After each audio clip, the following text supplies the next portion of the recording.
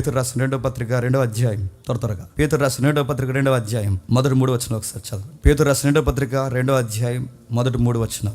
మరియు అబద్ధ ప్రవక్తలు ప్రజల్లో ఉండిరి, అటువలే మీలో కూడా అబద్ధ బోధకులుందురు. వీరు తమను కొనిన ప్రభువును కూడా విసర్జించుచు తమకు తామే శీఘ్రముగా నాశనము కలగజేసుకుంటారు. వాళ్ళ ఆసక్తి కొరకు, వాళ్ళ డబ్బుల కొరకు, వారి పేరు ప్రఖ్యాతులకు, వారి వ్యవహారాల కొరకు వాళ్ళు ఎంతకైనా దిగజారుతారు. వాళ్ళు చేసే పనులు ఎంత విడ్డూరంగా ఉంటాయి మీరు చూడండి. ఈ మధ్యకాలంలో మీరు గమనిస్తున్నారో లేదో, ఫ్లైట్ ఎక్కువ మంది ఫోటో పెడతారు, ఫ్లైట్ దిగే ముందు ఫోటో పెడతారు, ఫ్లైట్లో కూర్చున్నప్పుడు ఫోటో పెడతారు. చెప్పండి, రెస్టారెంట్లో ఉన్నప్పుడు ఫోటో పెడతారు, రెస్టారెంట్లో తింటున్నప్పుడు ఫోటో పెడతారు. ఈ ఫోటోలు పిక్చర్ ఏంట్రా అంటే, నన్ను అడిగితే నేను చెప్తున్నాను, దిస్ ఈజ్ డిసీజ్. నువ్వు ఒప్పుకో, ఇది డిసీజ్, ఇది రోగం. ఇది నీకు ప్రతిదీ ఫోటోలు, వాష్రూమ్కి పోయిన ఫోటో పెట్టుకుంటాను. అన్ని ఫోటోలు.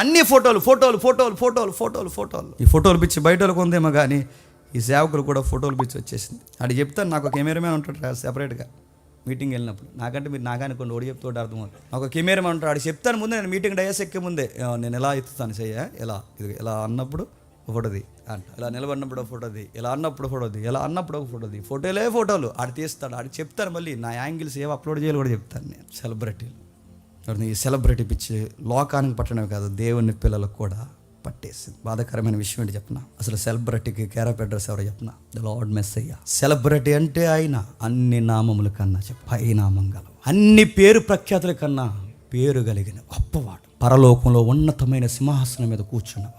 సెలబ్రిటీ అంటే ఆయన. 10,000 మందిలో సుందరుడు, ఆకర్షణీయమైన నా పురుషుడు, నా దేవుడు, నా యొక్క రక్షకుడు ఎక్కడున్న సుందరుడు. అలాంటి పేరు ప్రఖ్యాతులు కలిగిన, అన్ని నామముల కన్నా గొప్ప నామం కలిగిన ఆయన నా కొరకు తన పేరుని వదిలేసుకొని వచ్చేసాడు, తన గౌరవాన్ని వదిలేశాడు, తన సెలబ్రిటీ లైఫ్ని తెచ్చి కలవరి గిరి మీద మేకులేసి కొట్టి బంధించేశాడు.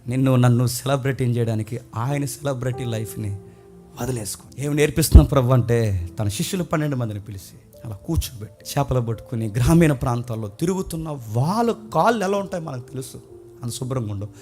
ఆ దైవం సస్సరీడుగా ఇళ్ళలోనికి వచ్చి తన గౌరవాన్ని, తన పాపులారిటీని, తన నామాన్ని, తన ఔన్నత్యాన్ని, తన సింహాసనాన్ని తగ్గించుకుని ఆ మురుకు కాళ్ళు పట్టుకున్న వాళ్ళ కాళ్ళు కడిగి టవల్తో తుడిసి, నా వల్లే మీరు కూడా ఉండండి అన్నాడు. ఎక్కడికి పడినాడుతున్నాను, తగ్గుతున్నావా?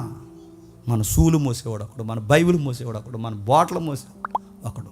నేను వస్తుంటే నాకు దారి చూపించే 50 మంది బాడీ గార్డులు ఒకరు. లైవ్లో చూస్తున్నా చెప్తున్నాను, ఇలాంటి వాళ్ళని మీరు పిలకండి దయచేసి మళ్ళీ చెప్తున్నాను, ఇలాంటి వారిని మీరు పిలవకండి. ఈ బాడీ గార్డుని పెట్టుకుని హడావడి చేసి చెప్పులు సూలు మోయిస్తున్న వాళ్ళు దయచేసి పిలకండి. ఎందుకంటే ఇది క్రిస్టియానిటీకి వ్యతిరేకమైన చర్యలు ఇవి. మళ్ళీ చెప్తాను, క్రిస్టియానిటీకి తగదు. డయాస్ వరకు కారు వేసుకెళ్ళి, కారు ఇలా డోర్ తీసిన వెంటనే, ఈ మధ్య ఒక వీడియో చూసాను, ఇలా డోర్ తీసి డయాస్ వరకు కారు వేసుకెళ్ళి డోర్ ఇలా తీసి ఆ డోర్లో నుంచి మెట్టు మీదకి ఎత్తాడు కాలు, అక్కడి నుంచి స్టార్ట్ అవుద్ది బీజిఎం.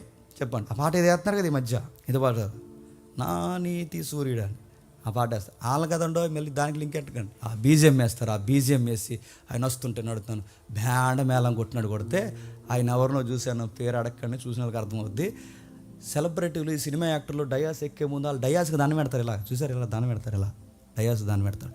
పాస్టర్ గారు మరి ఏ మైమారిపుంపులో వచ్చేసాడో, ఆ వచ్చేసిన వెంటనే డయాస్కి దాన్ని పెడతాడు. ఇలాగా ఇదేం పిచ్చిరా మీకు, ఇలా అయిపోయారంటారా మీరు అందరూ అంటే, బైబిల్ చెప్తుంది మనుషులు మెప్పు కోరుకుంటే ఏం చేస్తున్నారు కూడా తెలియదు. నా ప్రభు చూడు, నీకన్నా నాకన్నా గొప్ప గౌరవం కలిగిన నా ప్రభువు తన గౌరవాన్ని కలవరగిరిలో మన గౌరవాలు కాపాడడానికి తన గౌరవాన్ని బహిరంగంగా వదిలేసి, కొన్ని మూలాల్లో ఎలా ఉంది, తను వెంబడించిన స్త్రీలు అక్కడ చూస్తుండగా, తన శిష్యులు అక్కడ చూస్తుండగా, అర్ధనగ్నంగా స్త్రీలు చూస్తుండగా అలా ఆకాశానికి భూమికి మధ్యలో అలా ఏలాడదీసేశారంటే ఆ ఎంత సిగ్గైపోయి ఉంటుందో ఒకసారి మీరు ఆలోచన. ఒకళ్ళ ముందు మనం సొక్కా విప్పాలంటే మనకి ఎంత ఇబ్బంది ఉంటుందండి. సొక్క విప్పొద్దు, కానీ సిరిగిపోయిన సొక్కా వేసుకుని చచ్చికి రావాలంటే మనకి ఎంత ఇబ్బంది ఉంటుంది. అలాంటిది చొక్కాయే తీసేస్తే ఎలా ఉంటుంది. స్త్రీలందరూ అక్కడ చూస్తుండగానే బట్టలు ఇప్పేశారట, అర్ధనగ్నంగా ఏలాడదీశారట.